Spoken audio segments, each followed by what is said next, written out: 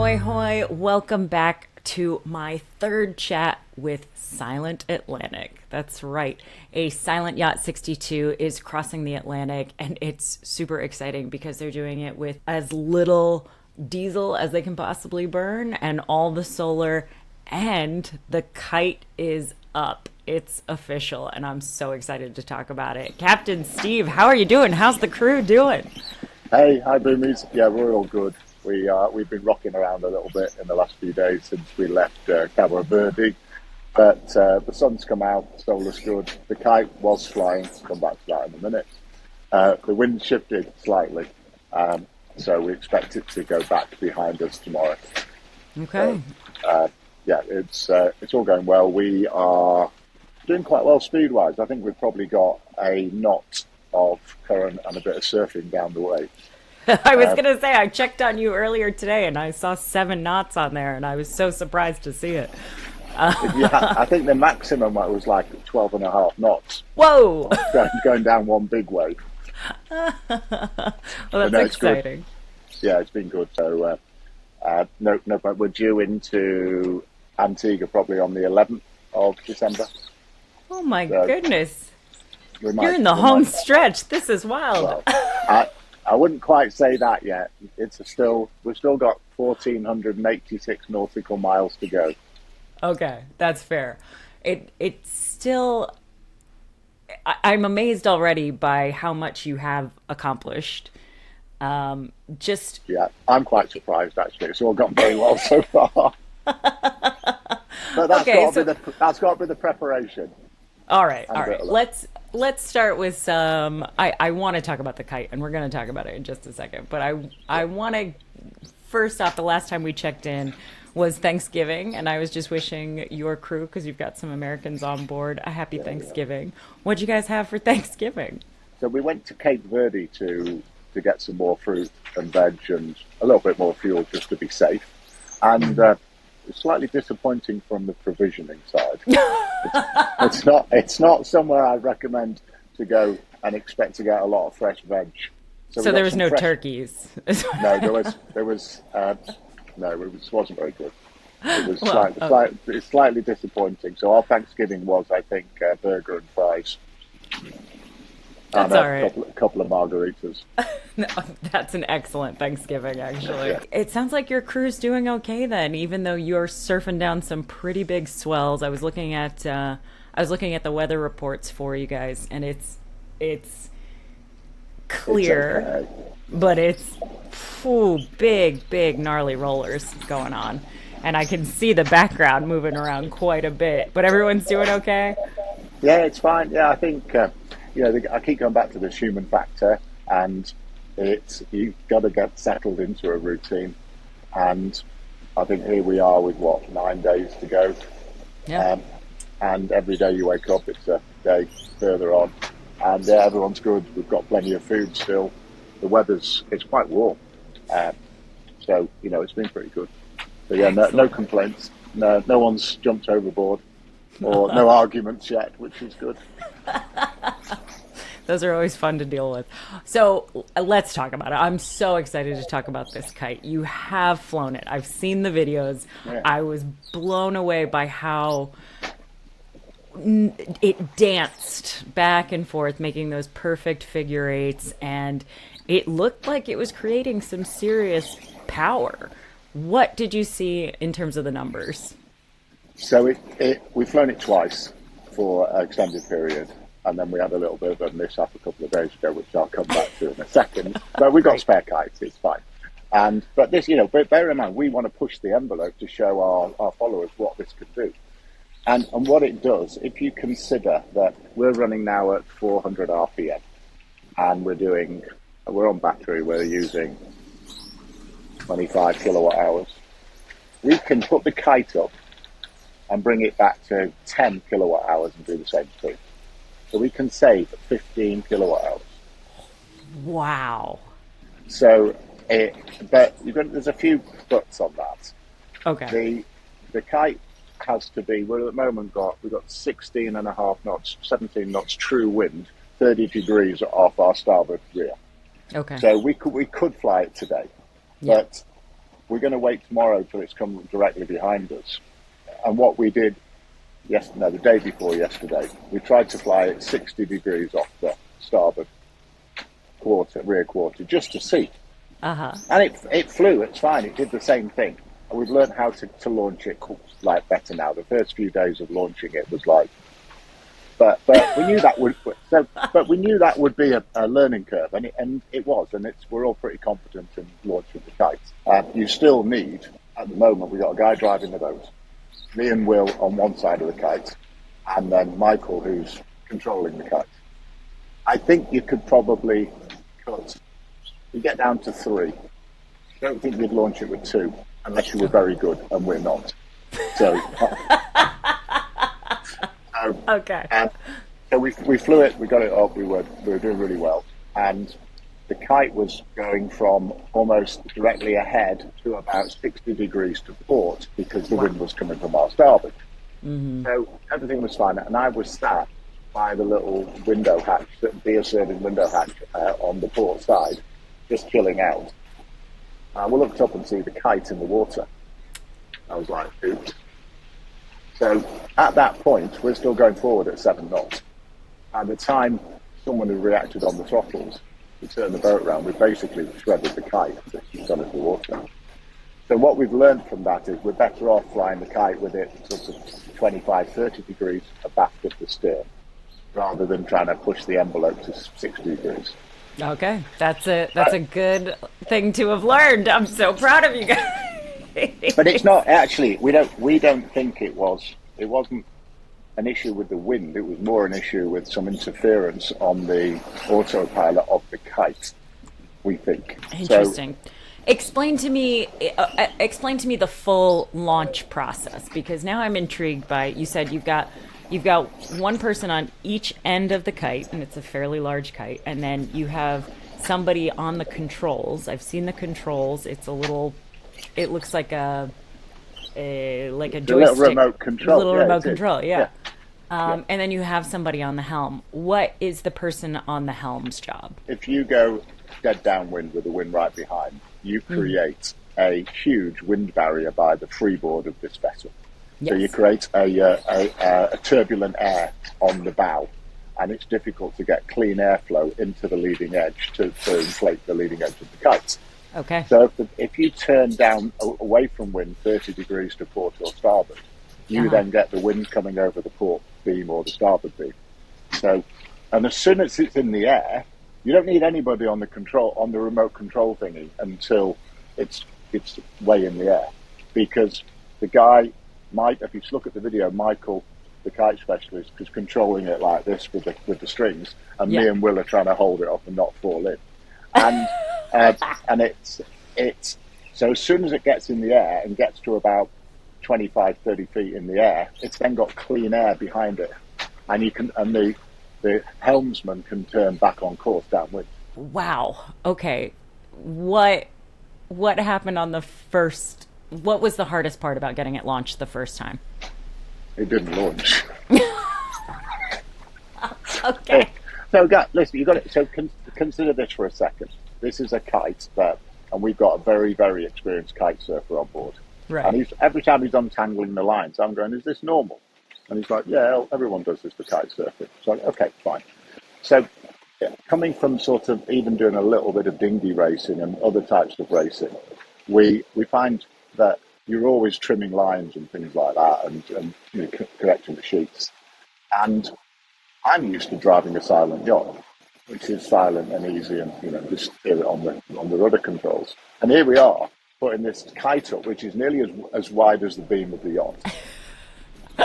And it takes you get it out of the bag, and you're like, okay, well, this will be okay. And to be fair, it's easy to launch once you know how. And then you get it in the air, and then you set the azimuth point where it's comfortable, and then you turn on the autopilot that lets it do a figure of 8. So the figure of 8 in the air, as you've seen on the video, is to create airflow and lift it over the foil. It sounds like it's one of those water toys that is, the difficulty really is in the packing it up and pulling it out, and that's I mean, that's true of every big inflatable toy you've got on any yacht. It's always the nightmare part is pulling it out and then packing it back away. What is Yeah, pulling the kite back in like? it's easy. Oh, It's easy. You're right. It is putting the kite up is like the charter guest saying, "Can we put the slide out, please?" yeah. It's exactly the same. Uh, but it because it works and it saves so much fuel. I mean, the fuel saving, I think, would be about 100 litres a day if we flew it for 8 hours a day, which is a huge amount of fuel. You That back is right off, and it's incredible. used, yeah, it is. So we haven't managed to do that yet because I'm going back to the fact that we think we've got a slight issue with the 2.4 gigahertz wireless control and something on the yacht affecting it. So we've been playing around with that the last few days, and we're going to fly it again tomorrow. Once you get it up, it works, and it saves. Doesn't it hasn't given us more speed, but it's given us the same speed and reduced a huge amount of power. So, Fascinating. uh, and you would launch it if you were doing a cruise in the. Let's say you were going from Fort Lauderdale to Bimini, and you've got the wind behind you for 6 hours. 100% you'd launch it because it'll save you, and it looks amazing. But you wouldn't launch it for half an hour. No. Okay. So it's starting to make sense to me. It's starting to make sense to me as a long distance option. Honestly, it's not that different than putting up your cruising spinnaker. You're not going to pull it out if you're zipping down, bombing back and forth in the bay. But if you've got a long run downwind, you're going to set it up. You're going to go through all of the effort of finding those lines that need to be set up and getting all your crew in position to make it happen. Makes perfect sense to me. This isn't, it's so funny. We keep coming back to things that sound like old nautical know-how coming back into play, right? Just simple nautical know-how, and it's making me very happy. So let's go back to talking about what have you been running the generator at during a day? We made the decision that I think because of the human factor, that the guys wanted to get into Antigua by about the 12th of December, not the 15, 16, 17, by doing 4 or 5 knots, Right. which I was very pleased about. But Human factor. Got it. yeah, so we're running the generator for about 5.5 hours per 24 hours. Okay. Which That's- is still a huge amount of silent motoring. That's not a lot. That's not a No, lot it's not. in a given day. Do you have a set time that you're doing that every day, or do you have a set person who's responsible for deciding it's time to run it? No, so what we've done is we set the system to from a state of charge of the high voltage batteries.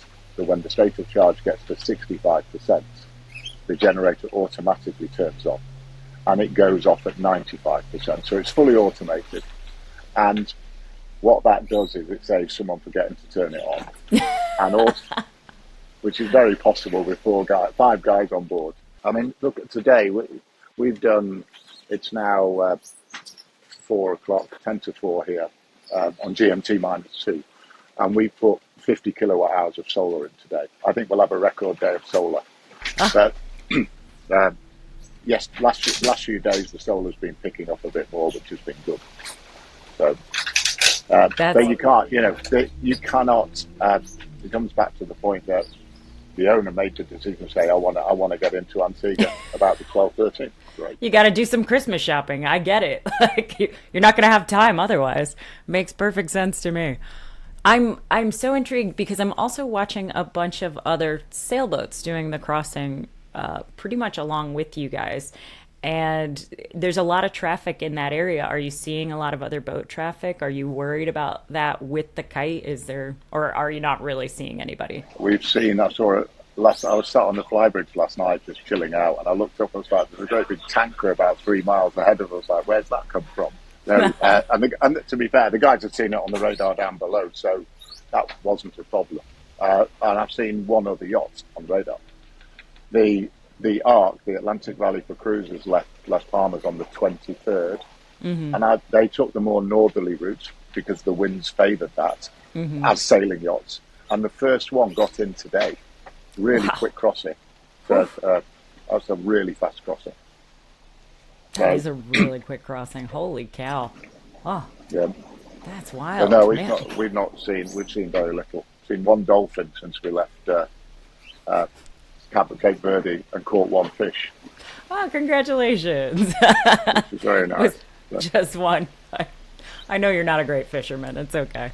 We'll we'll forgive you this time. Is there anything that you wish you had brought along on this trip now that you're in the middle of it? No, I don't think there is. I think we were very well prepared. You know, I sort of joke apart that things are going quite well. We're very alert with what we're doing on the boat with maintenance. And we've had a few very small little issues, but nothing that you wouldn't expect to have on a time when you think we left Gibraltar on the 8th of November. Whew. So, you know, and those propellers and motors have been turning basically 24/7. So, you know, it's any yacht would have to go through some sort of routine maintenance. We did a rudder inspection last night just to check the rudder movement, and we found one of the bolts was slightly loose, which was surprising. So we changed that for a new nylon nut. We had the port motor stopper in the middle, and one day came along, just got a complete fault. It's like, oh, I wonder what that is. But we've got two motors, so just carried on, found out what it was, just burnt a relay. No idea why. Changed it 15 minutes, we were running again. When you say you found out why, did you have to get any support from the home office, or did you just go through the system and say, oh, it's a relay, it says so right here on my screen? I knew it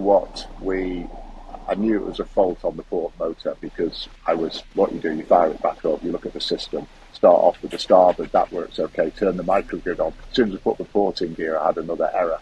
So I know the yacht well enough to go, I think I know what it is. It's either a fuse or a relay. Turned off the HV, checked the fuse, it was fine. Changed the relay.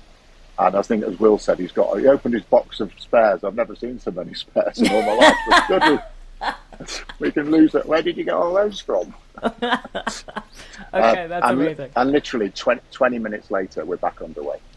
So, checked put a little bit of oil in the generator, checking that all the motor rooms are dry. We get quite a lot of water over the stern with the waves, but it's done fine.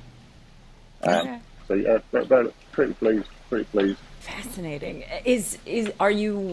So you are doing routine maintenance. Do you have to clean the solar panels at all? Do you have to worry about that?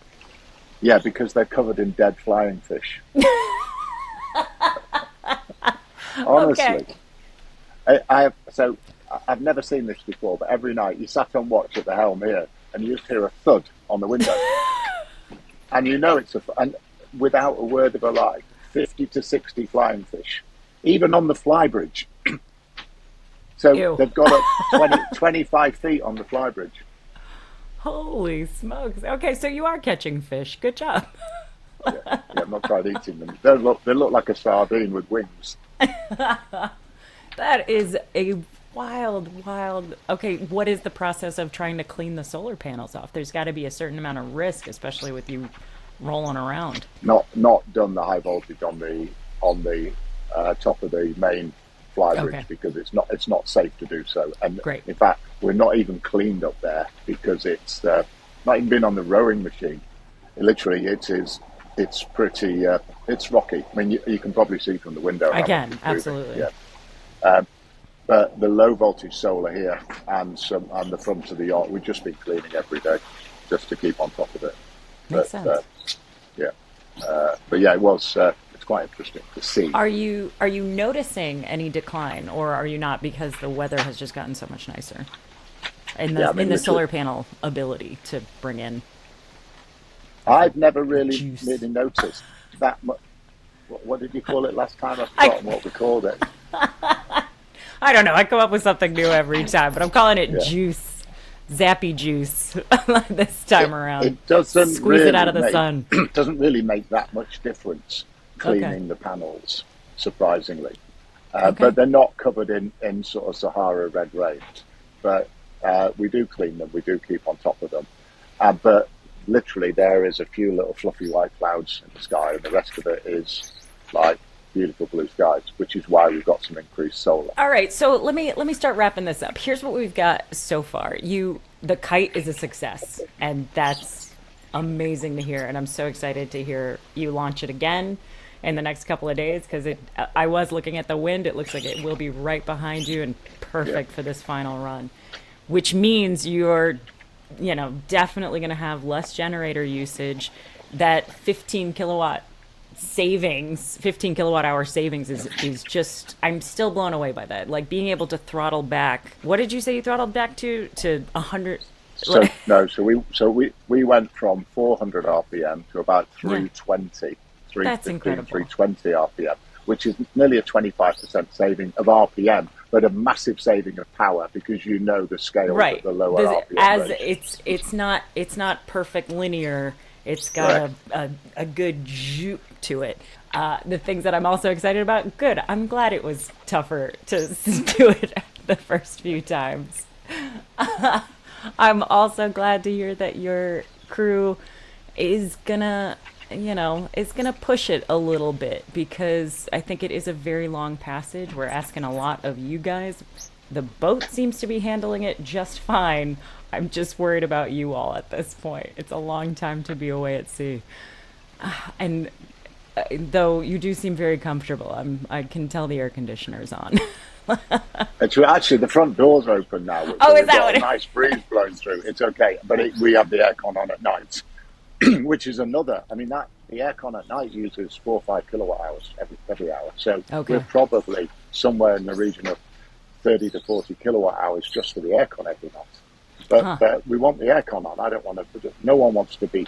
Will's cabin is like a little box, like a little sweatshop. So he needs that. I want to show you the Kite before we close, anyway. Oh, you're gonna actually? Will, bring us the Kite. I'll just bring it over. I'm so excited. Pass me the Kite. Yeah, bring it in. I want to see it. I gotta see this thing. It's so cool. So, yeah. Just let me. Just throw it around him like a shawl. Okay. Here's a bit of the Kite. Look at it go! We ripped it a little bit and oh my goodness! How impressive! I'm glad you guys didn't chew it up anymore. That we got to actually see it. We've learned our lesson, and it was good to push the envelope and to show what we can do, and we'll continue to do that. But we do want to get some more data to share, because I think we can fine tune it a bit as well. I can't wait to hear what you come up with next, because I'm sure you've got a pretty straight downwind run for the next couple of days, and I'm thinking Kite is going to be your very good friend on that. I thank you so much for letting me chat with you again in the middle of the ocean. I can't wait to check back in. It's going to be awesome. Yeah, we'll try and get you back on when we're flying the Kite, so we can do a proper one at the time. See if we can get a live going at the Kite. We'll see what we can do on that. Oh, a live of the Kite. That's okay. So you will need all 5 hands, I imagine, to get that done. But that would be incredible. And don't you dare tease me, because I'm going to want that. We'll get No, I don't mind doing it. We're fine. We're good with that. You know me. Awesome. Can't wait. All right, you promise we're gonna do a live with this one as soon as the Kite's up and running. I'll get it set up on the social medias, and we'll make next few days we'll work what day is going to be best. Excellent. I appreciate it. Thank you so much, and safe travels. This is so cool. Thanks, Boomies. See you again soon. See you soon.